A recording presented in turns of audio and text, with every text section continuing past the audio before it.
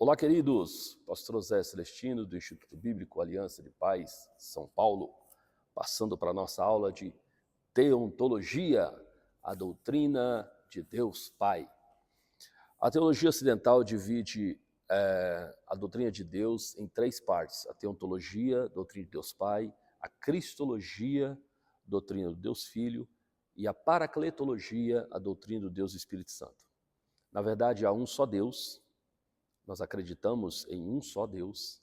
Entretanto, cada uma das manifestações de Deus aqui na Terra trazem para a compreensão humana a titulação de uma característica desse Deus. O Deus Espírito Santo, que é o Deus vigente entre nós hoje, o Deus Criador, o Criador de todas as coisas, o que estava no início, e Jesus, o Espírito da restauração de Deus, o Filho de Deus, que veio para restaurar a humanidade.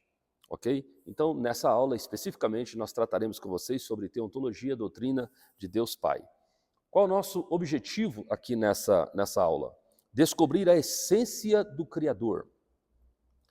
Deus, o Criador perfeito de todas as coisas, o seu modo de atuação entre os homens e os atributos que lhe é devidos no texto sagrado, ok? O texto base a ser usado está lá no livro de Gênesis, no capítulo 1, é onde aparece a manifestação da Trindade, e aqui aparece especificamente a primeira menção do nome de Deus Pai. No princípio, Gênesis 1:1, no princípio criou Deus os céus e a terra. E a terra era sem forma e vazia, e havia trevas sobre a face do abismo, e o Espírito de Deus se movia sobre a face das águas. E disse Deus: haja luz, e houve luz. E viu Deus que era boa a luz, e fez Deus separação entre luz e trevas. A luz ele chamou dia, as trevas ele chamou noite, e foi a tarde e a manhã o primeiro dia. Deus é Espírito. Vamos começar com essa declaração. Essa declaração foi feita pelo próprio Filho de Deus, mostrando à humanidade de maneira muito clara e muito lúcida de que é formado a essência do nosso Deus. Então, disse Jesus, num diálogo extraordinário que ele teve com a mulher samaritana, no capítulo de número 4 do Evangelho de João. Deus é Espírito.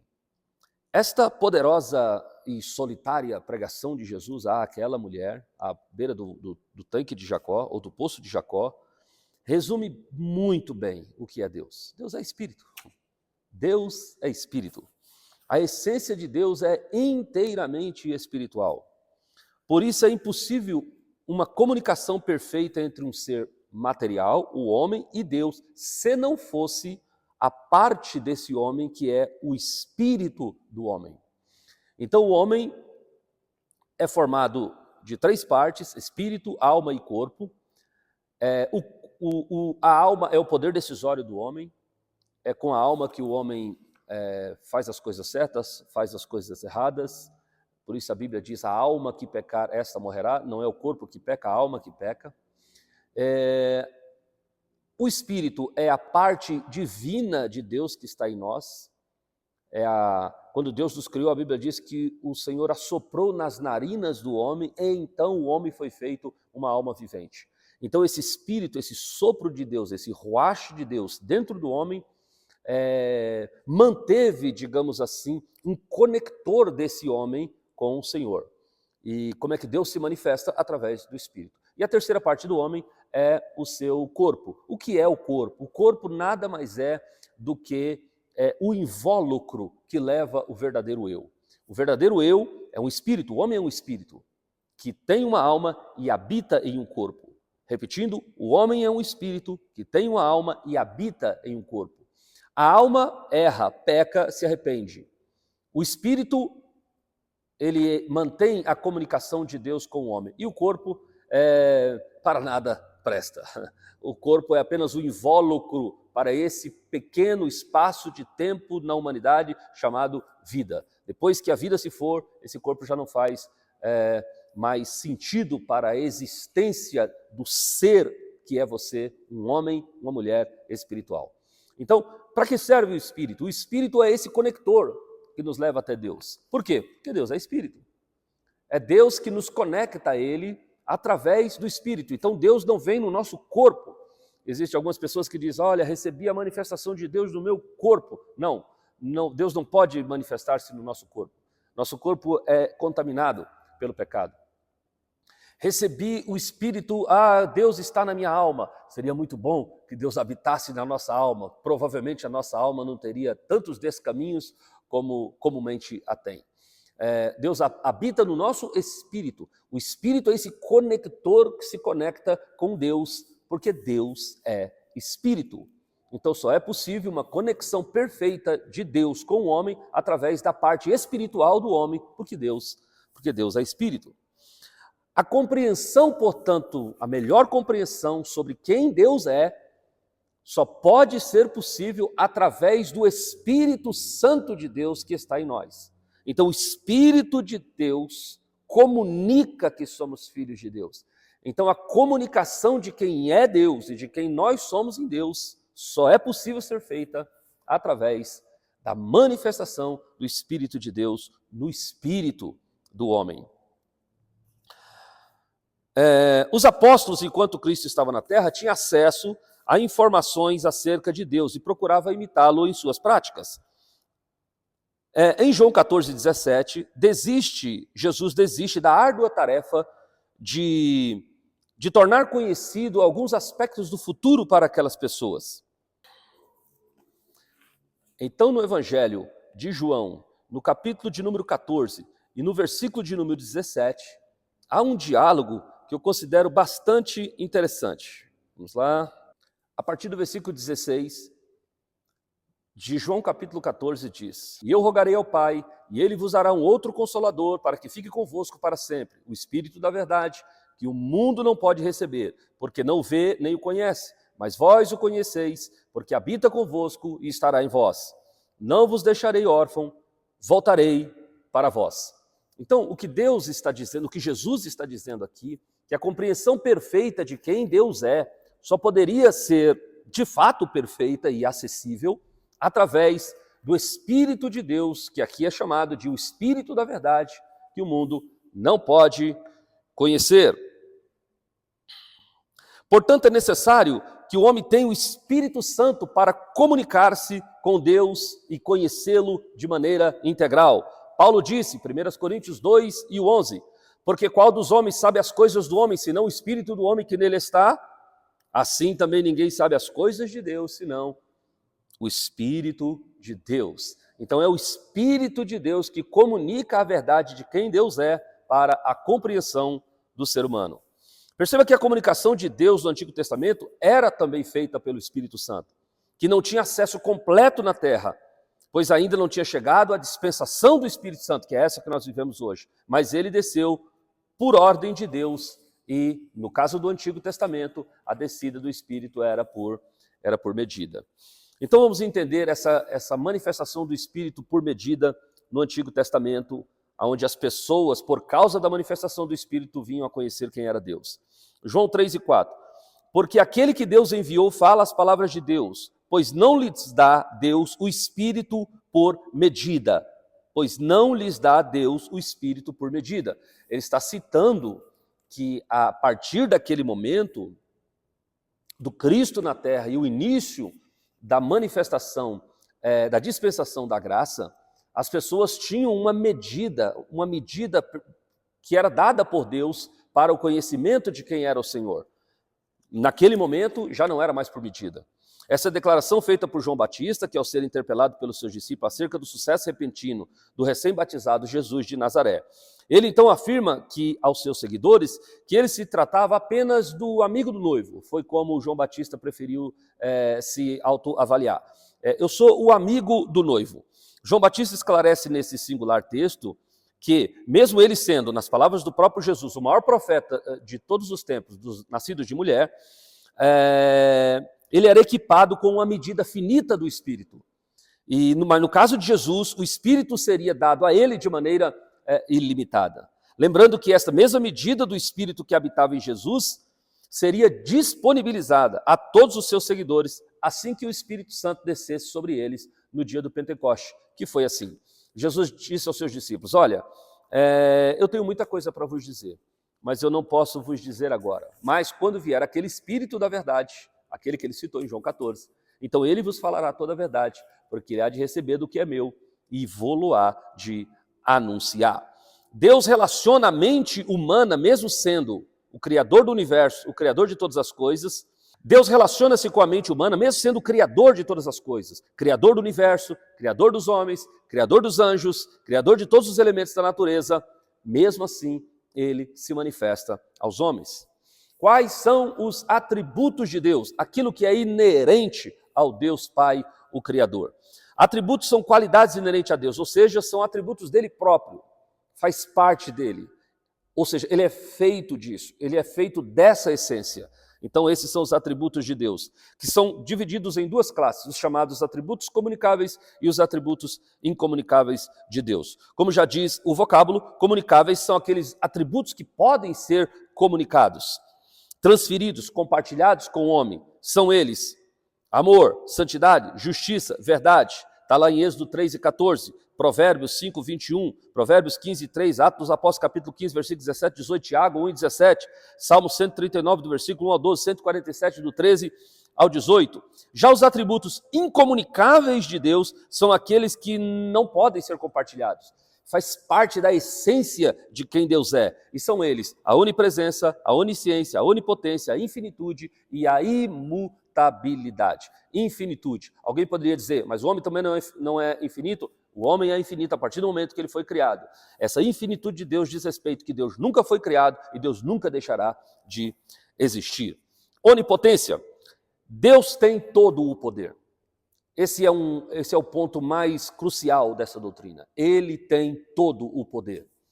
Ele é o próprio poder. Todo o poder emana dele. Paulo, crescendo nessa convicção, chegou a ponto de dizer que mesmo os cargos que são colocadas as pessoas em evidência, em eminência na sociedade, também foram poderes oriundos do poder central, que é o do próprio Deus. Jesus disse aos seus juízes, momentos antes da crucificação, nenhum poder vocês teriam se do céu não lhe fosse dado. Ou seja, nenhum poder em qualquer esfera da humanidade seria possível se não saísse do plano central dos poderes, que é o próprio Deus.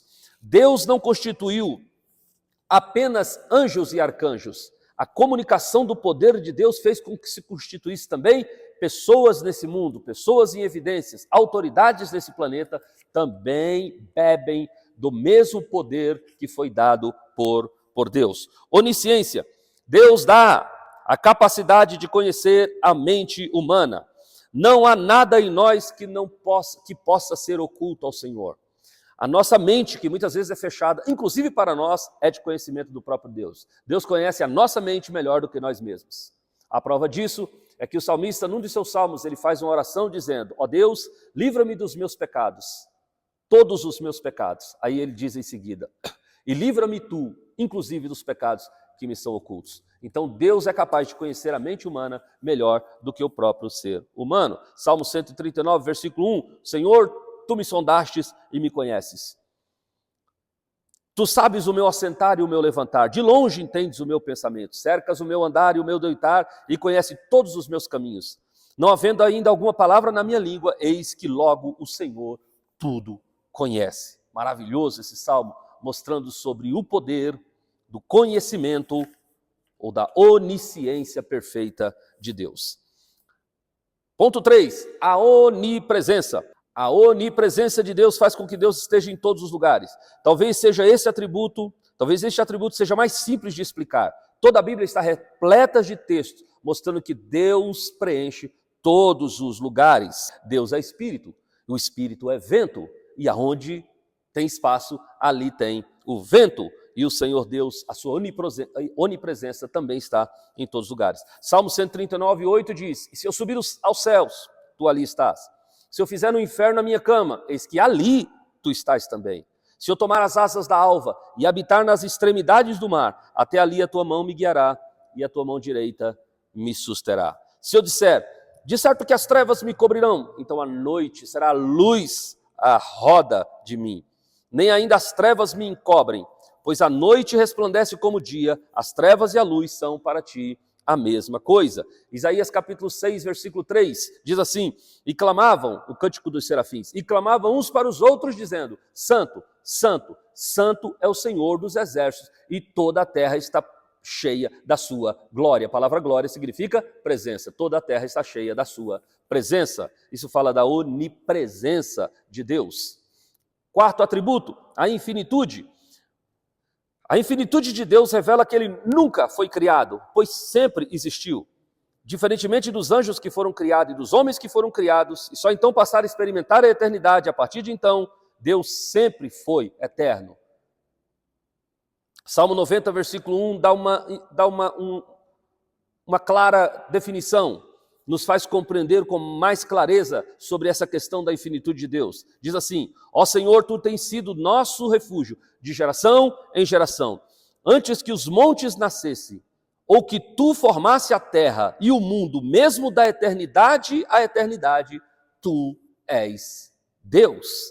A imutabilidade, que é o último dos atributos de Deus, das quais nos debruçaremos nessa primeira aula. A imutabilidade é a capacidade de sempre permanecer o mesmo. Em suas palavras e em seus princípios, Deus não muda. Os princípios de Deus foram estabelecidos e nunca mais foram mudados. Deus não precisou reformar nenhum princípio dos quais ele estabeleceu lá atrás, porque os seus princípios são princípios eternos. Deus não muda. Deus não muda apesar das mudanças das eras, das mudanças sociológicas que a sociedade impõe. Mas Deus permite que seu filho, ser humano, não se perca nessas mudanças. Deus sempre inova a fim de alcançar este mutável ser humano. Eu vejo algumas pessoas, esses dias eu vi alguém questionando numa das nossas aulas, professor, mas Deus estabeleceu, por exemplo, algumas leis para o casamento, lá em Adão.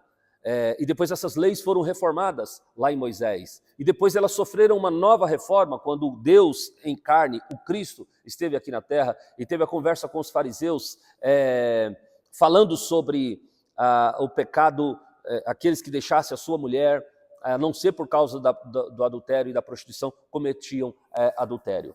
Então, ele disse, porventura, então não há uma mudança de Deus ao longo do tempo e das eras? Eu disse, não há mudança. Do princípio de Deus, não há nenhuma mudança. O que acontece é que a humanidade foi mudando. O pecado que acabou por causa do domínio de Satanás, controlando a terra, controlando esse século. Lembre-se, Satanás é chamado de o príncipe deste século.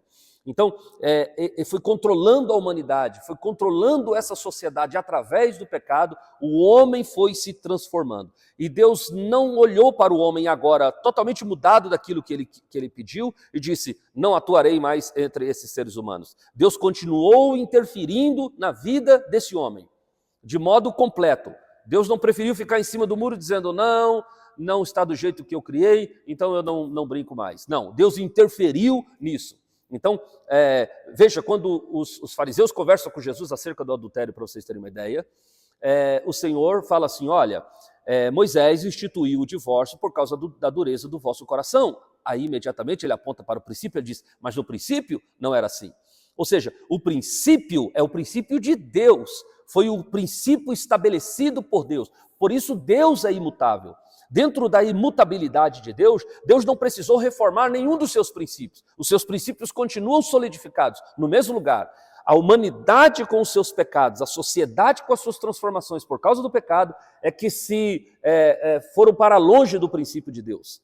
Mas no momento em que a sociedade foi para longe do princípio de Deus, Deus não ficou lá atrás, gritando, volte para os meus princípios. Deus veio para cá e permitiu algumas coisas dentro dessa nova ordem sociológica da humanidade, para Deus continuar atuando no meio do seu povo. Por exemplo, dos homens de Deus que nós vivemos hoje. Quando eu olho para a Bíblia Sagrada, eu vejo Deus usando homens como Elias, falando com homens como Eliseu, dedicando tempo para ministrar ao coração de homens como Moisés, como Josué, como Abraão, como Isaac, como Jacó. Mas nesse tempo de hoje, Deus debruça-se a sua misericórdia, a sua graça e o seu favor para usar pessoas como a mim e como a tantos outros pastores. Veja o nível de distância que nós estamos, de fé, de santidade, de pureza, dos patriarcas que começaram a jornada aqui na terra. Mas mesmo assim, por causa dessa mudança da sociedade, Deus querendo estar no meio dessa sociedade, Deus usa homens como eu e muitos outros que estão aí. Então, nesse sentido, mostra a imutabilidade de Deus. Deus continua imutável. O seu mandamento nunca foi reformado e nunca foi mudado. O que mudaram foram as pessoas e a sociedade por causa do pecado. Ok? Então esse é o pequeno resumo dos 5 atributos incomunicáveis de Deus. E na nossa próxima aula nós concluiremos um pouco a visão geral, aqui no nosso curso básico de teologia, a visão geral sobre a matéria de teontologia, a doutrina de Deus Pai. Deus abençoe a sua vida e até lá, em nome de Jesus.